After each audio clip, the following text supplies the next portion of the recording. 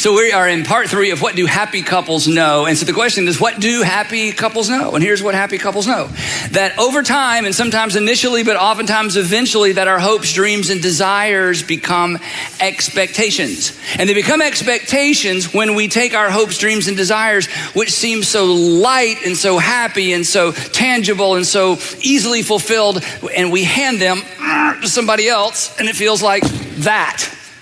And so from my perspective, it's hopes, dreams, and desires. I mean, who wouldn't want to, organize family the way I want to organize family, resolve conflict the way I want to resolve conflict? I mean, I know exactly how we're going to do money and budgets or no budgets.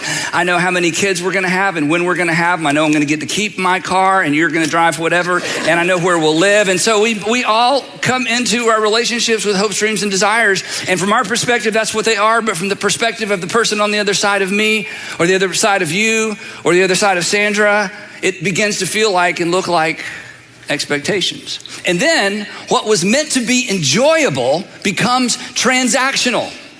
And when the relationship becomes transactional, it's not as much fun anymore because everybody's negotiating. And we did it your way last time. It's my turn to do it my way. It was your family last time. It's my family this time. You got to spend extra on, hey, you blew the budget. I get to blow the budget, and back and forth. And now we're negotiating. And now it's debtor. And the problem with transactional is the best negotiator in the relationship always wins because it's a negotiation. So the best negotiator continues to win. He always wins, she always wins. I had my plan, I knew exactly what I was gonna say. I had my approach all planned out, and she won again, he won again. And the problem is in a relationship, when someone wins, the relationship loses. In a relationship, when I win, we loses. When you win, we loses. But the problem is we all bring this stuff into the relationship and we just can't help it. It's absolutely unavoidable. And it's not just, the kinds of stuff that you can put in a box. A lot of it is intangible. It's things that maybe you haven't thought through, but they're kind of on the emotional, intangible, relational side of things. When you think about, future successful, happy relationships, you think about things like this, right? I mean, you want to be respected. I do. You want to be desired. You want to be admired. I mean, as guys, we want to, whoever we spend our life with, we want them to think that we have what it takes. And the reason we want them to think we have what it takes is because about every other hour of every other day, we wonder if we have what it takes. But I want Sandra to think I have what it takes. We want to be cherished, protected, defended. We want to be trusted. I don't want somebody always checking up on me, and I want somebody who's trustworthy. I want to be prioritized. You don't want to compete with his car. You don't want to compete with her job. You don't want to compete with his income. You don't want to compete with her family. You want to be pursued. You want to be attracted to. I mean, there's all these things, and the list goes on and on and on. And these are good things. And these are good things.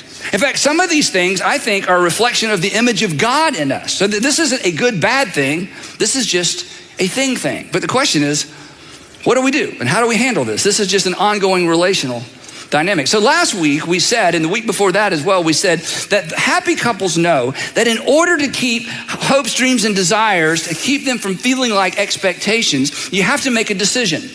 And the fundamental primary decision that you make is, he doesn't owe me. She doesn't owe me. Yes, this is what I desire, but I'm not expecting him. I'm not expecting her. He doesn't owe me. She doesn't owe me. And then last week, we looked at what I think is the most powerful relational dynamic in the whole world. The whole idea of mutual submission. That in a Christian marriage specifically, it is a race to the back of the line. In a Christian marriage, it is a submission competition. Everybody's trying to put the other person first, and if you argue over how can I put you first as opposed to how can I get to the front of the line. In a submission competition, in that kind of relationship, we talked about that whenever it becomes a tug of war over expectations and desires and wishes and dreams, that happy couples know, in order to win, the only way to win is to drop your end of the rope. Because in dropping your end of the rope, you put yourself in the back of the line.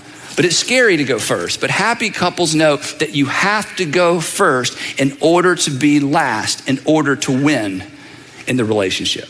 So today, what do we do with these? And the good news is Peter tells us. Now, Peter was a follower of Jesus, one of Jesus' original followers. In fact, some of the most famous stories in the New Testament have to do with Peter and all the cool things Peter did. Peter had a big mouth. Peter got in trouble. Peter talked too much. Peter was a coward at the end. And in the end, he was one of the first two people to look into an empty tomb and realize that Jesus had risen from the dead.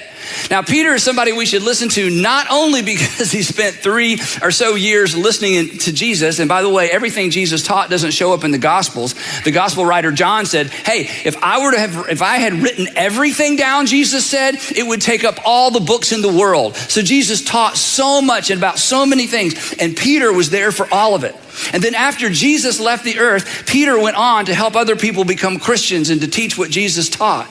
But he faced extraordinary persecution, and eventually his life was taken from him, probably under Nero in the city of Rome. So he knew what it was like to be with Jesus. He knew what Jesus taught, but he also knew what it was like to face extraordinary hardship. And so Peter tells us exactly what to do with all the things in our box, because he gives us a relational principle that is not specific to marriage and specific to romantic relationships, but it certainly applies to those, as we're about to see. Now, I ought to warn you though, what Peter says is a little weird, okay? And what Peter says may be a little uncomfortable for you. And what Peter says may just seem so religious, you're not sure you want to embrace it. So I just want to invite you, if you would, to put down your skepticism for just a few minutes, put down your objections for just a few minutes, and listen to the words of a man, come on, who knew Jesus. And besides that, the alternatives to what Peter suggests, they don't work either. I mean, what are you going to do with this stuff, right? What are you going to do with this? You're going to ignore it? You can't ignore it. If you just ignore it, you're going to become unhealthy. You're just going to be a pretender, and pretenders are no fun to have in a relationship. And eventually the person you're in a relationship with is going to think you're getting kind of weird. And if you just give and give and give and give and give and give and never acknowledge what's in your heart and never acknowledge perhaps the God-given desires that rattle around in your heart and your soul, eventually you're going to get worn out. You're going to get tired. The relationship isn't going to be healthy because you aren't going to be healthy. And besides that, ignoring your hopes, dreams, and desires doesn't make the relationship any better. What is your other option? You can just stay busy, I guess. Pour more time into tennis, more time into golf, more time into work, more time into the kids, more time into hunting, something that just keeps you apart so you just kind of show up like roommates. But that's not what you got into this for. I mean, that's no fun. That's not exciting. It certainly doesn't model anything positive for your kids when you have kids or if you have kids. So staying busy isn't an answer. Creating your own world isn't an answer. And besides that, this sets you up for the third option, which is, I'm just going to go find someone else. Now, if you're dating and you're just a few months in or a few weeks in, or you're not engaged yet, you're just kind of moving in the direction of maybe a permanent relationship, and it dawns on you that your hopes, dreams, and desires are nothing like the person you're dating's hopes, dreams, and desires, then you probably should change relationships or maybe get out of that relationship, because there's time and you have that opportunity. And this is very, very, very important. But if you're in a relationship, and especially and obviously if you're married, then simply getting out of the relationship oftentimes doesn't solve anything. And here's why. And this is pretty deep, okay? Wherever you go, there you are. Let me go over that again, okay? Wherever you go, there you are. In other words, you go with you. And whatever part of the relationship problem you are, you're going to take that into your next relationship. So simply swapping out people oftentimes doesn't solve anything, because you're still the same old girl you used to be. And besides that, this is still a lot of weight for somebody to carry around. And just because somebody else couldn't fulfill your hopes, dreams, and wishes, what makes you think you're going to find somebody else who can?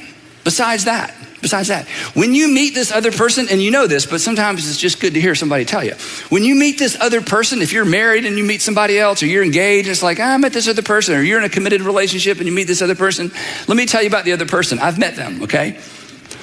They are on their best behavior. You don't know them. You're not going to get to. I mean, remember when you were dating the first time, and now when you're meeting this other person, you're on your best behavior too. They think you're incredible. They just need to talk to your husband or your wife or your fiance or your roommate. I mean, aren't we all on our best behavior? And so it's so enticing. It seems so easy. And the problem with this is so much easier than staying in a tough relationship. And it feels so fresh and it's exciting and it stirs all that stuff that got stirred up the first time around. But this is generally not the answer. Again, here's an observation that I promise I'm not going to stay here too long. This is another message for another day, but just in case, this is for you. People don't rush into a new relationship because they're eager to give their lives to someone. In other words, the person that you're thinking about getting in a new relationship with, okay, you're not anxious for that new relationship because it's like, wow, I just want to know what his or her hopes, dreams, and desires are. I need a new relationship so I can help somebody else fulfill their hopes, dreams, and desires. That's not why you're looking for something new. And by the way, that's not what they're looking for either. People don't jump into new relationships because they're trying to give their lives away. The problem with my relationship is I just can't give my life to my husband. I can't give my life to my wife. I just can't give my life to my fiance. I got to find somebody else. That's not what's going on, is it? I mean, come on, let's be adults. Let's be honest. You're hoping to get something that you aren't getting. You're hoping to have something happen on the inside of you that's not happening on the inside of you. You're hoping to get some of the stuff in the box that you're not getting, even though it's been in your box for a long, long time. So be honest. This isn't about giving of yourself. You may just be looking for somebody to get the stuff from and get the affection from and get the affirmation from that you're not getting in your current relationship. And you should at least know that, and you should be honest enough with yourself to acknowledge that, which means you're going to hate me for this, but if you are dating someone who is recently divorced, time is your friend. If you are recently divorced and you're dating someone, time is your friend. In fact, the only rule I have for our pastors and our staff in terms of who they marry or remarry, my only rule for all these years has been not to do a wedding for anyone who's divorced and has been divorced for less than 2 years. You say, Andy, why 2 years? And it's because I don't think I can talk people into 5 years. That's why 2 years, okay? Because if I could talk you into 5 years, I'd talk you into 5. And let me just tell you, I've been doing this a long, long time. Time is your friend. But come on, let's be honest. Why do we rush into another relationship? It's not because we just want to be selfless with someone new. Is it? No. It's because I got this dang box and I am tired of lugging it around and I'm ready to hand it to somebody new. Because I think she's going to do it better. He's going to do a better job. Now, again, we don't think this way, but come on. You just got to be honest about this stuff, right? So when you start feeling pressure in this new relationship with this new person, when you start feeling pressure to perform, when you start feeling pressure to maintain, when you start feeling pressure to, step it up, you probably need to hit pause. And you may need to hit eject. And if your mama said hit eject, you need to hit eject, okay? Because she knows. And if 2 or 3 of your friends have come to you and said, okay, he's really cute, but hey, okay, if 2 or 3 of your friends of you, they're red flags, come on, pay attention. Just getting into a new relationship doesn't mean anything changes except the face and the address and the complexity perhaps of the problem. So, okay, back to what we're talking about. So the question is for today, what in the world do we do with this stuff? And as I said, Peter tells us, and in one of his letters that he wrote to Christians in the first century, he picks up on this, put others first idea. He doesn't use the phrase mutual submission like the Apostle Paul did. He uses a different term. So we're going to jump into this passage and make this super practical. So here's what Peter says. This is powerful. He says, all of you, clothe yourselves, that is put on so that you're characterized by.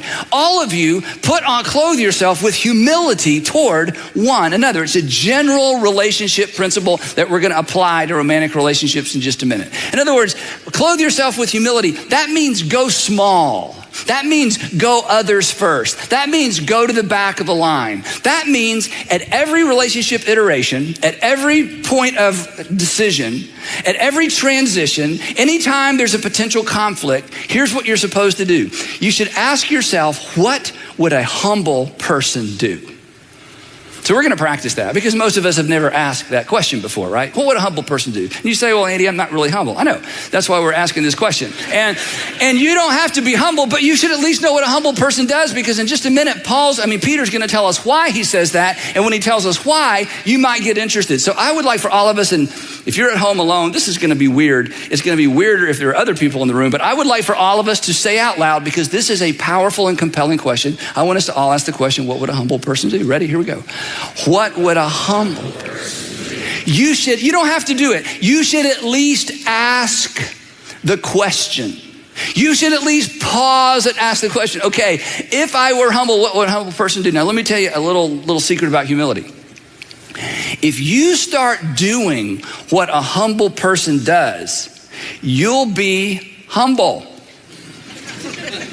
You go, oh no, it's an internal thing. It's not. See, you read your mind. You know if you're arrogant, but everybody else just reads your actions, and actions speak louder than exactly. So if you start doing what a humble person does, you'll be humble. And if you go, oh, I'm already humble. No, you're just reading your own thoughts. We're reading your actions. You're not. So stopping every once in a while, I'm telling you, this is a relational game changer. And asking the question, okay, I know what I'm gearing up to do. I know what I normally do. I know how I feel. I know what happened last time. I know what my mama says. But you just stop and you go, okay, but if I were to go small, if I were to go into the line, if I were to put someone else first, what would that look like in this circumstance? What would a humble person do? Now, before you just turn me off, listen to how Peter finishes this statement. All of you clothe yourself with humility toward one another because, why humility, Peter? Because God opposes the proud. It's like, oh, okay, yeah. What would a humble person, in other words, do you really want to be in opposition to God? In fact, some of you would say the reason I don't believe in God, I'm not so sure about a personal God. Part of it is, you've stiff-armed God a little bit. And Peter, who knew Jesus, who was the Son of God, said that God pulls back from proud people, that God leans away from and leans back from proud people. And before you judge God too harshly, that's what you do as well, right? I mean, you're not drawn to arrogant people, right? Don't you pull back? Don't you kind of resist entitled people, demanding people who are always trying to squeeze out of you whatever they can get out of you for their benefit, and they only think about themselves and they rarely think about how their behavior impacts you? But look what he says. God opposes the proud, but he shows favor or grace. In fact, grace is actually a better translation of this word. He shows grace or favor to the humble. Now, this is an extraordinary promise, and in the English text, it's a little hard to see how this is a promise, but here's what this means. Peter says that when you humble yourself in a relationship, it is an invitation for God to give you the strength you need, the endurance you need, the power you need to maintain and to do the right thing. Because humility is an invitation to God. Humility is an invitation to God. Humility throughout the Old and New Testament, humility, and perhaps you've experienced that, humility when we go small, when we go back of the line, when we go others first, it is an invitation for God to do something extraordinary in our lives and in our relationships. So he says this, let me say it again a different way. Peter says, humble yourselves, therefore, under God's mighty hand. Not under God's mighty hand like, gotcha, not that kind of under God's mighty hand. To be under God's mighty hand is to be under the canopy of his protection. It's to be under the canopy of his authority. He says, when you go humble, you are basically backing into the safest place you could be because God leans into the humble. God leans toward the person that says, what is the humble thing to do? What would a humble person do when she says, when he says, when he doesn't, and when she does? And this is an imperative. It's when you want to power up, when you want to get demanding, when you want to defend. He says, nope.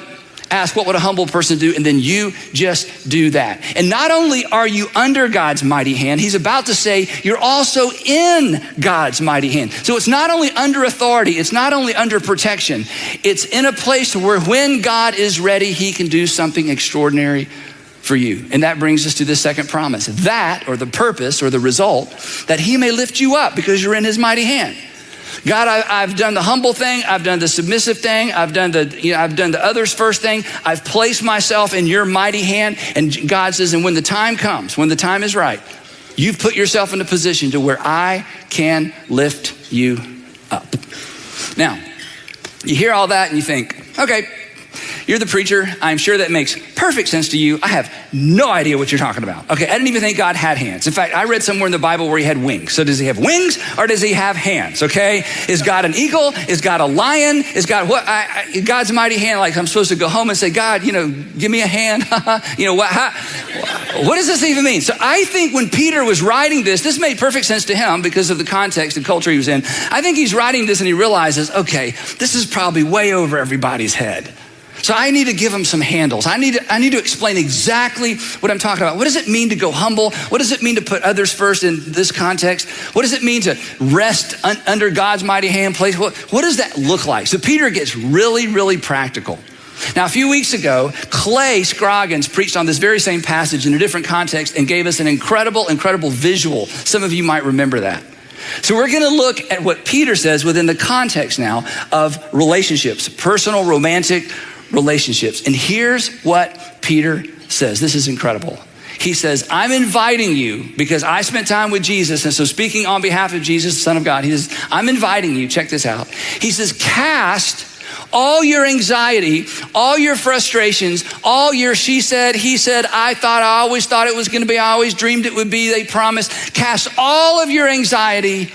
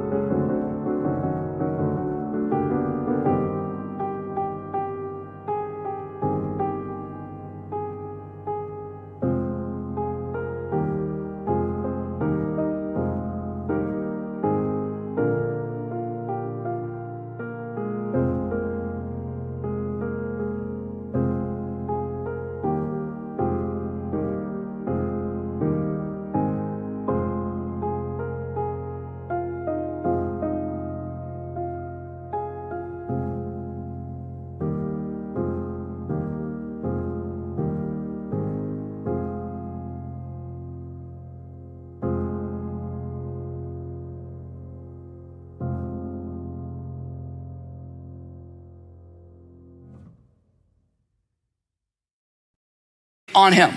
Talking about God, in whose mighty hand you stand and under whose mighty hand you dwell. Cast all your anxiety on him. In other words, don't miss this. This is an invitation for you to unload on God. Here's what he's saying. He's saying, look, instead of trying to get, your significant other or whoever it is you're in love with to carry this stuff around, he says, I want you to cast it. I want you to hurl it. I want you to fling it towards your heavenly Father. All your anxieties, all your cares, all your frustrations, all your unfulfilled dreams, all your he promised and she said and I believed and I thought we'd talked that through and I thought we'd agreed upon. Peter says, okay, before you take it to them, take it to him. Cast all of it on your heavenly Father. Wow. Now, here's where you're going to struggle with this. And so I'm going to kind of bear down a little bit, okay? Maybe uncomfortably. You've got to stop praying polite prayers, okay? Don't pray polite prayers. Don't pray formal prayers, okay? Stop praying formal prayers as well. In fact, sometimes I talk to people and it's like, well, Andy, I used to pray. I don't know how to pray. I'm like, yes, you do. And here's how I know that. Because you need to pray honest prayers. And everybody knows how to pray an honest prayer. You may have never prayed one because you were afraid or because you memorized prayers as a child or because the only prayers you pray are behind the steering wheel or while you're putting on makeup or at the meal. But Peter's like, okay, forget all that. I'm talking about some different kind of praying. I want you to get honest. In fact, when it comes to praying about this kind of stuff, you need to get on your knees by yourself. You go, Andy, that's weird. I said, I told you part of this is going to be weird. Let me tell you why. You need to be on your knees because you know what being on your knees demonstrates? Humility. And in some cases, if you're desperate, you need to raise your hands. You go, okay, that's really weird. Do you know why you need to raise your hands? Who raises their hands? Children. Children. Oh, let me pick you up. When you go to pick a child up, what do? They raise those hands. They're saying, I'm dependent on you. You say, okay. I think I'll just maybe find a comfortable chair. Now look up here. This is very important. You say, is the posture of prayer important? It's very important. Let me explain why. Because your brain is connected to your body. Your brain is connected to your body. Your body is connected to your mind. And your posture sends your mind, and your mind sends your body signals. Now, you know this, and some of you studied this. Some of you could come up here and explain this better than I could. In his incredible book, Love Does, Bob Goff tells this incredible story. He was an attorney for many, many years. And when he was doing depositions, or when one of his clients was being deposed and having to go through a deposition, here's the advice he would give them. He would say, when we get there, I want you to sit at the table. I want you to put your hands in your lap.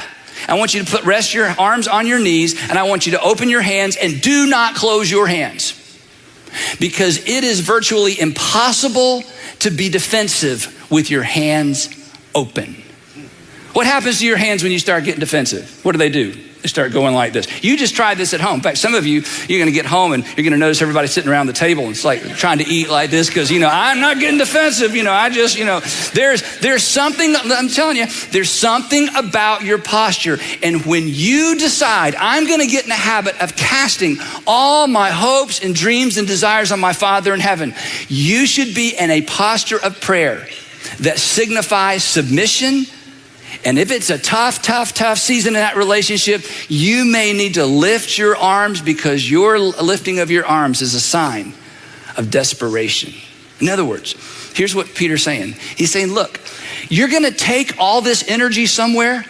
Start with your Father in heaven, not the guy down the hall, not your wife in the other room.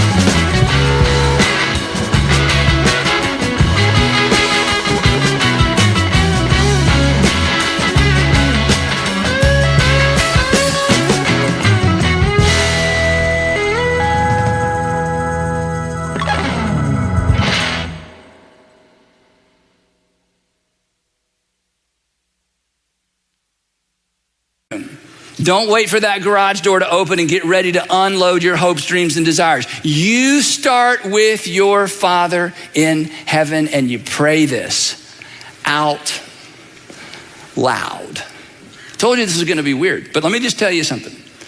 If you're in any of our rooms, if you're in any of our gatherings, I would bet you just about anything. There are people within 10 people of you who could come up on this stage right now and tell their story about how they learned to pour out their heart to their Heavenly Father. And here's what they would say. They would say it was that habit. It was those prayers of desperation. It was those honest, impolite prayers where I found the strength to carry on. I found the strength to endure. I found the ability to take one more step. I found the ability to go back into that relationship. I found the ability to listen. I found my strength on my knees in the small place so that I could experience the peace of God, the presence of God. And sometimes it was almost like the power of God in the difficult times.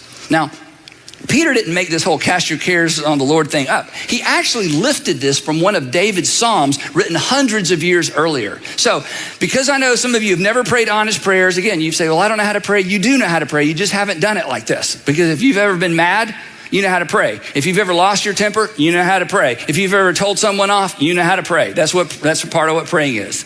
And the thing is, Peter, this is powerful. You see, one day Peter and the guys, the disciples, they would watch Jesus go away and pray, and then they would pray and they would look at each other and they would say, I don't think we're doing it right. Now, these were Jewish boys who'd memorized all kinds of prayers, but they would watch Jesus pray and they were like, it's different. I mean, it's like he's over there in a wrestling match. I mean, he gets kind of loud. I think we should move further away, right? I don't know if we should overhear this.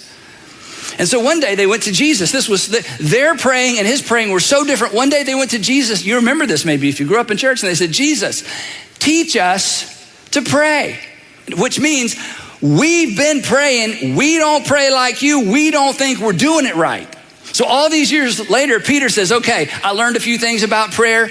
Unload on your Father in heaven. Cast, throw, fling it all at him. So anyway, he lifts this little phrase out of the Psalm of David, getting back to that. And so what I want to do real quickly, I want to read you a bit of this Psalm where he got this, because it's a great example of what I'm talking about. Now, when David would write, he's a poet, he's a warrior. I mean, he's been covered in the blood of his enemy. I mean, he's a king, he's a shepherd, been there, done that. He's an adulterer, he's forgiven. I mean, he's a father, he's a grandfather. He's all these different roles. And yet time after time after time, he would recenter himself on his relationship with God, and he would write his prayers. And his prayers were kind of like journals and prayers and rants all mixed together. And God, the scripture says he was a man after God's own heart. So I think we all have permission to do this. So here's an example of what I'm talking about, okay? This is David. If an enemy, not a friend, if an enemy were insulting me, I could endure it. That's what enemies do. If a foe were rising against me, I could hide. But it is you, he's writing this down, but it is you, a man like myself, my companion, my close friend. I can't believe he would do this. I can't believe she would do this. I can't believe they've turned on me, with whom I once enjoyed sweet fellowship at the house of God. We used to go to church together. As we walked about among the worshipers, and people thought, oh, look how they're such a lovely couple. Oh, they get along. And it's like, I can't believe it's happening to me.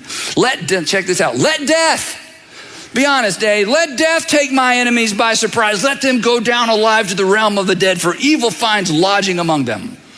Whoa, can you say that to God? Do you know what the English equivalent of this is? To hell with them. That's what that means. To hell with them.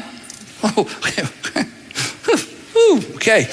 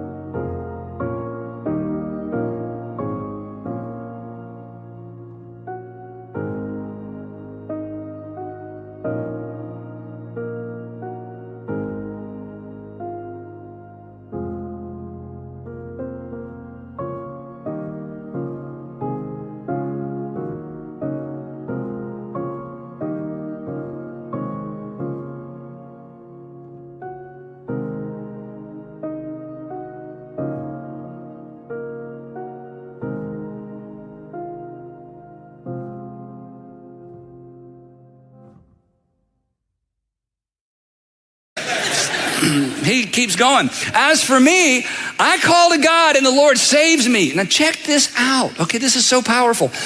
Not behind the steering wheel on the way to work, not while I'm putting on my makeup, not while I'm, getting dressed and having a thought prayer.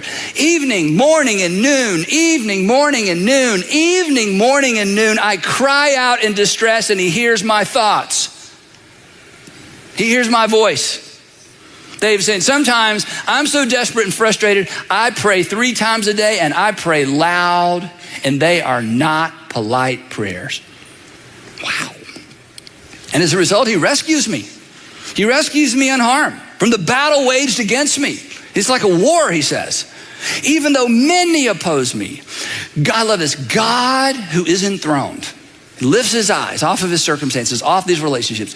God who is enthroned from of old, who does not change, he will hear them and humble them because they have no fear of God. God's gonna get my enemies. Wow. My companion, this person that I thought was a friend, my companion attacks his friends, that's me. He violates his promise. He broke his promise. He violated his covenant. He said, she said, he promised, she promised. I thought we were on the same page. Didn't we agree? Haven't we talked about that? Didn't we write it down? He violates his covenant with me. And he's such a talker. She's such a negotiator. He always wins the argument. She always wins the argument. His talk is smooth as butter, yet war is in his heart. His words are more soothing than oil, yet they are drawn swords. Everybody's like, she's so sweet. I'm like, no, she's not sweet. You ought to see her what she's like at home. He is so sharp. He is so polite. He's so gentle. Oh, that's an act. You should see the way he is at home. Words, knows how to use words. Smooth as butter, smooth as silk. But behind all that is swords. And then David kind of regathers himself, recenters himself. And he makes this statement that Peter lifts up and uses in the New Testament years later. He says this, cast, here it is. Cast, throw, hurl, fling your cares on the Lord, and he will sustain you. He will never let the righteous be shaken, or he will never let the righteous be brought down. But you, he's not done, but you, God, will bring down. I might not be brought down. The righteous may not be brought down, but you, God, will bring down the wicked into the pit of decay. The bloodthirsty and deceitful will not live out half their days. See, that's not nice, is it? You know what that is? That's honest. You ever prayed like that? I know you've unleashed hell on, the person you're living with, or your husband or your wife, or, you just kind of, I'm going to tell you one more time, you've done that. But have you ever talked to God that way? You're like, I didn't know we could talk to God that way. Look, if you've never been that honest with God, my friends, you've never opened your heart completely to God. He doesn't want polite. He wants you. And that's part of humility. It's heart wide open. God, I am so frustrated. I am so fed up. I am so done. I am so over it. God, I wish I'd never met him. I wish I'd never married her. I wish I'd never slept with him. Well, there's that. Okay, I wish I'd never met him. I'm just so over it. And I need you because I don't know what to do. I mean, this isn't unrealistic. We talked about this. God, I need you. And here's the thing, and understand this. If you didn't have permission to be that honest with your parents growing up, especially with your father, don't you talk to me that way, one of those deals, this is gonna be hard for you. And I've been doing this a long time, and when my kids hit that age where they just had some things to say, I told Sandra, it's okay. I am honored.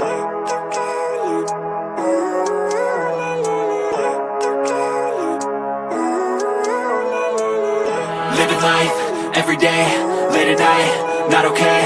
All I want, and I pray, all I need are some better days. Fuck me, I'm looking in the mirror, so foggy, but I've never seen clearer. I don't really think anyone can save me, and honestly I'm not really sure I want saving. I like to be my own worst enemy. There's no risk if you don't try at anything, so I'ma just keep buying everything. See you in the next life, have to be a better me. I don't think that my head's on straight, gotta flip it and grip it and go and get an x-ray. What's wrong with me? I just feel weight pushing on my chest and it squeezes till I suffocate. Better change my mindset, meditate. It's pretty cool that I'm alive and have better days. I could walk, see, hear, I should celebrate. Think I could change my mind, maybe elevate. Living life every day, late at night, not okay. All I want, and I pray, all I need are some better days. Yeah, all I need are some better days. Cause all I want, and I pray, I believe in the better days. I'm kinda stuck between a rock and a hard place. Do I work hard or live at my pace? You're only young once, yeah that's all great, but I also want a future where I'm okay. Living life is doing lots of cocaine. Wait no, it's living with no shame. Wait no, it's sleeping in on Sundays. I guess it's different for each of us and that's okay.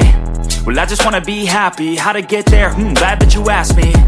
I think it's different for everyone. Some of us need work, others need fun. Some of us need purpose to overcome. But try to do what you love when it's said and done. Cause there's so many differences in each of us. Trust your gut, it can show you what you want. Living life, everyday, late at night, not okay. All I want, and I pray, all I need are some better days. Yeah, all I need are some better days. Cause all I want, and I pray, I believe in the better days. Living life, everyday, late at night, not okay. All I want, and I pray, all I need are some better days. Yeah, all I need are some better days. Cause all I want, and I pray, I believe in the better days. And I always tell them when they would just lose it at me, on me, because of me, whatever it might be, I would just absorb it. And when they were finished, I would say, thank you. Thank you for honoring me with what's inside of you. And you're thinking, you're making that up. You didn't do that with your teenage kids. Yes, I did. And you know why I did it? Because I've known for a long, long time that my Father in heaven invites that kind of feedback from me, even when I'm wrong, even when I'm misguided, even when I don't see the world the way the world really is. And I decided a long time ago, before my kids ever hit adolescence, you know what?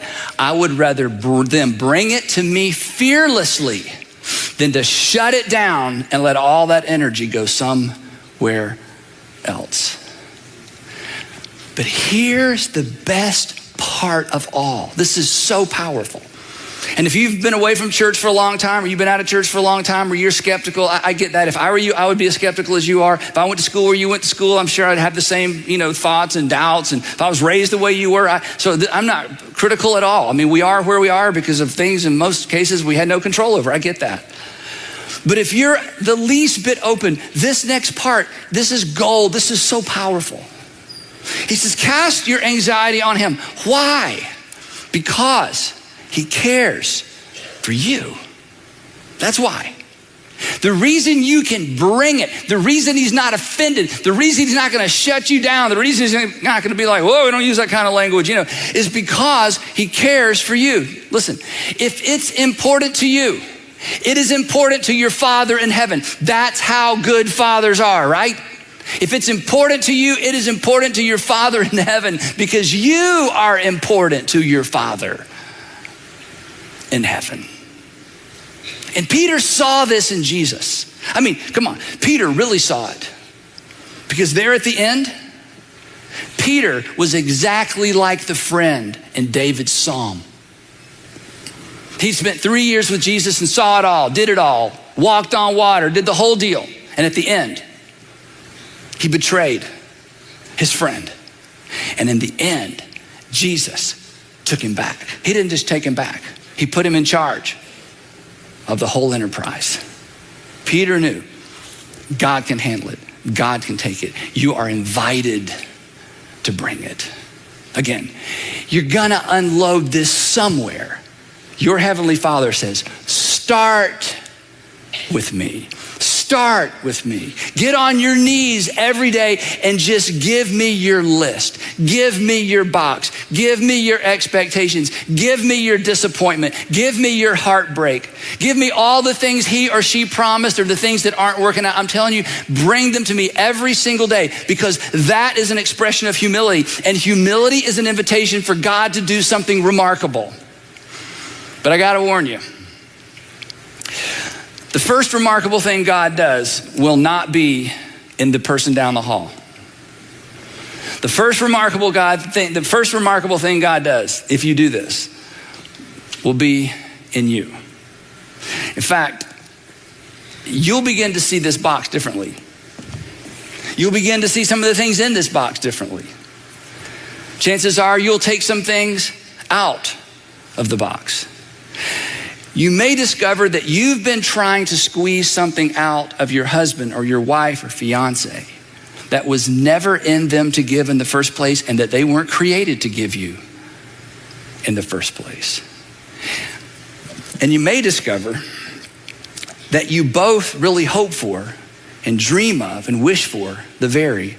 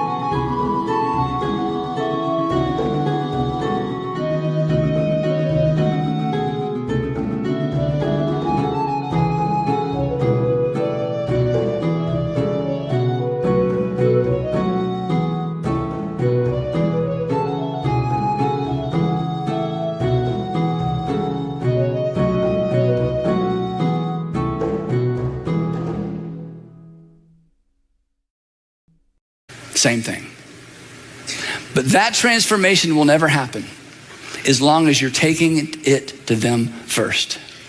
And so your Heavenly Father says, I invite you. No more happy prayers, no more polite prayers, no more, go through all the, just bring it to me.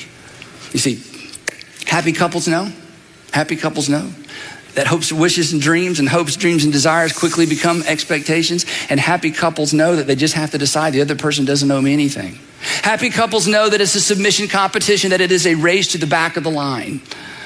And happy couples know that sometimes, you have to throw things. And there's one other thing that happy couples know. And we'll talk about that next week as we wrap up our series, What Happy Couples Know.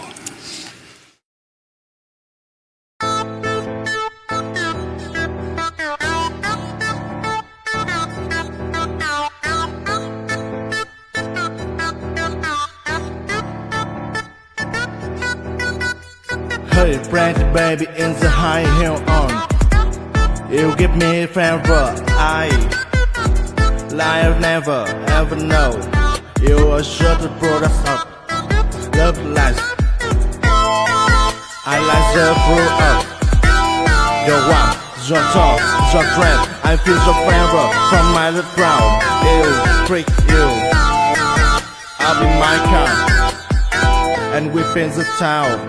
Just give me baby and tell me try that you the one for me. The way you make me feel, the way you make me feel, you really turn me on. You really turn me on. You knock me off my feet. My lonely days are gone.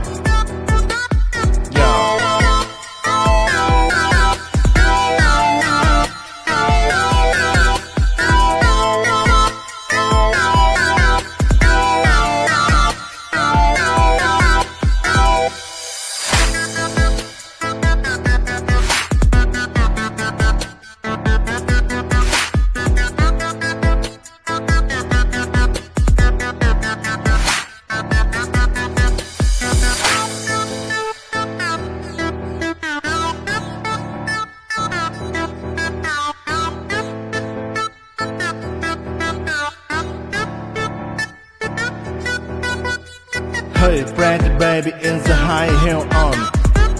You give me favor, I life never ever know. You are sure to put us up. Love life. I like the blue up.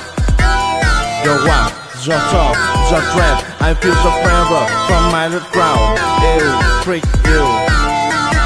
I'll be my car, and we in the town. Just give me baby and tell me try that you the one for me. The way you make me feel, the way you make me feel, you really turn me on. You really turn me on. You knock me off my feet. My lonely days are gone. Yeah.